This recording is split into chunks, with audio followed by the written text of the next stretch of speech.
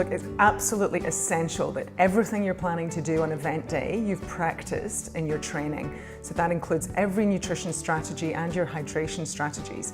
It's one of the key mistakes that I've seen so many times.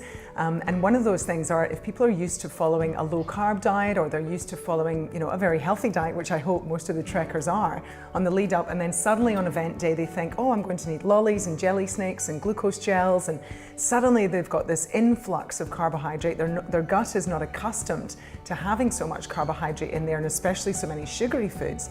And you can just end up feeling nauseous, you can even start being sick, and it really isn't going to help you on that day. So you've got to know what your gut can handle, and you can actually train, this is what athletes do, they train their gut to be able to absorb and take on board the amount of carbohydrate that you need to do a long-term endurance event. And that's what you really need to be practicing. One of my real top tips though is to make sure that you mix up the amount of different types of carbohydrate foods you're going to use. So don't just rely on those sugary sweet kind of foods. You want to mix up the savoury with the sweet. So if you've practiced those things in training, you're going to know what really works for you. The other thing that's good to do in training is to try to get an idea about how much you're going to drink and what you need to be doing to stay hydrated. And if you can practice those on a hot day and on a cooler day, it will also help you to understand how that's really going to vary. So my first ever coast trek was the 100K, and we'd practice lots of hydration therapies. I had lots of hydrolytes and so on with me. And then event day was lots of rain. It was actually quite chilly at times. And it was a totally different hydration strategy to what it might have been if it had been a really hot day. Chicken noodle soup, which was very good in the rain last year. Going on. But the egg and bacon rolls are really nice. Yeah. A special shop in Collaroy. Well, the week before coast trek, in the old days, everyone thought about carb loading. So you certainly want your body's glycogen stores, that's your body's carbohydrate stores, to be full when you start event day, so that you've got as much fuel on board. So remember that your body is always burning a mixture of fat and carbohydrate.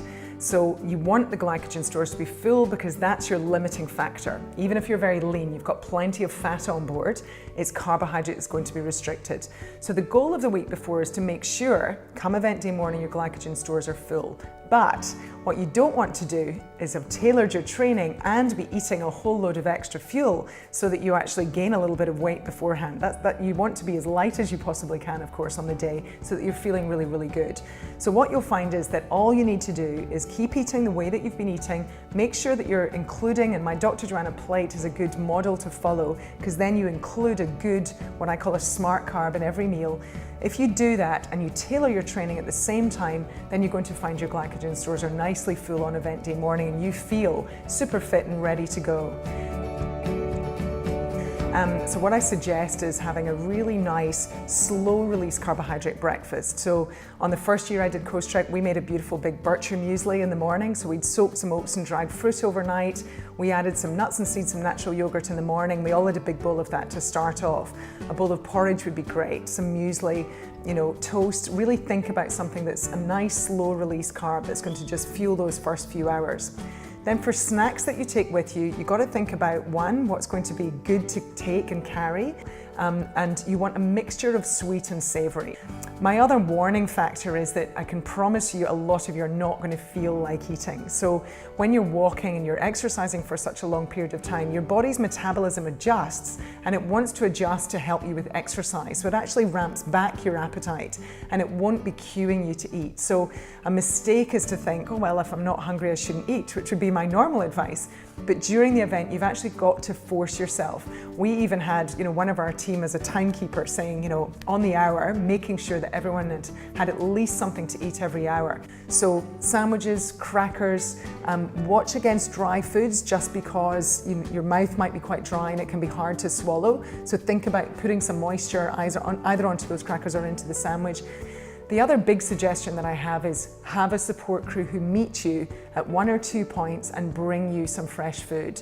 So we had a support crew meet us in the morning with a beautiful big fruit salad with some yogurt, and that was just so refreshing and lovely to have something nice and cold and fresh.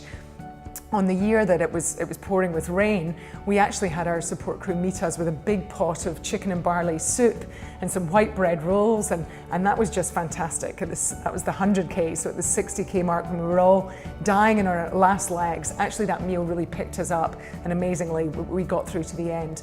The last thing I should say there are, even if you think in training I'm not going to need glucose gels, I would practice in training making sure that how you feel when you have a glucose gel.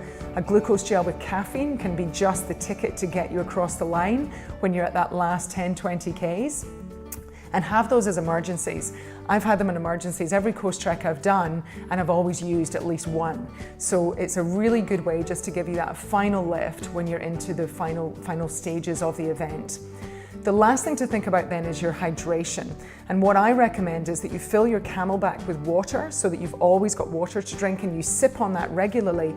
And then you have a 600 ml bottle that you carry in the side of your pack, and you use that with your Hydrolyte.